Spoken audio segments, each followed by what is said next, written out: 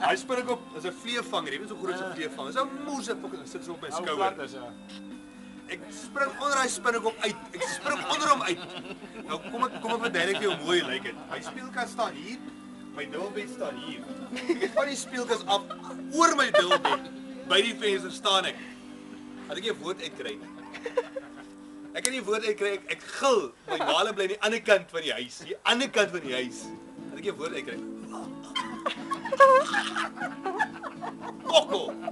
Toe leer hy ding so mooi op my tekeninge. Ek het daai aand maklik. Ek is so ver in my broek te kap. 'n Vleevanger beteken fokkel nie. So Daddy Lonlax?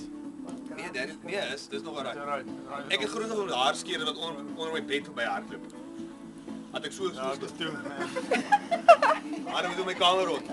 Ek kry nie 'n woord uit nie. Ek het 'n storie met jou. En by die bad, ek lê in die bad. Rook in die bad, lekker rook. Lê lekker rook, tip ek lekker. Fucking drommetjie alles rook ek. Toe so tip, dis daar spinnekop by die toilet. Toilet is so, as ek is so 'n man. 30 cm by die bad af. Ek lê 'n uur en 'n half in daai bad, dat my maat in die deur kom klop, sy sê vir jy moet klaarmaak, hier's mense in die huis wat wil bad.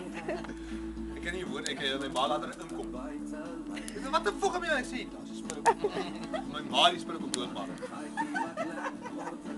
Ek lief weer nie. Ek is baie bang vir dit. Wat is 'n fout hier nou maar? Nee, wat ek is bang. Wag, jy nog lelik uithaal. Moenie, hy gaan vloek, hy gaan lelik vloek. Ek wil nie daar wees.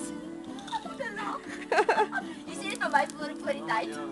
Ek gaan nou 'n storie, nou nie